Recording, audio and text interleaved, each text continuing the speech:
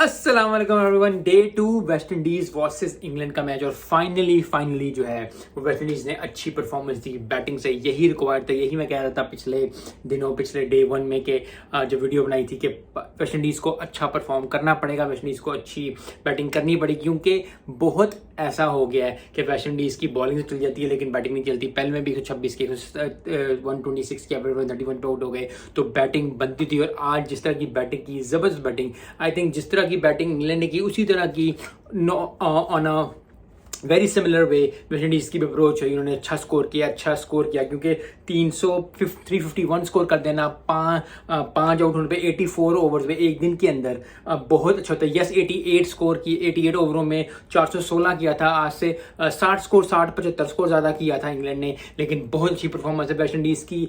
Previous performances को देखते हुए अगर देखा जाए तो बहुत जबरदस्त performance. 351 is a huge total. Yes अभी भी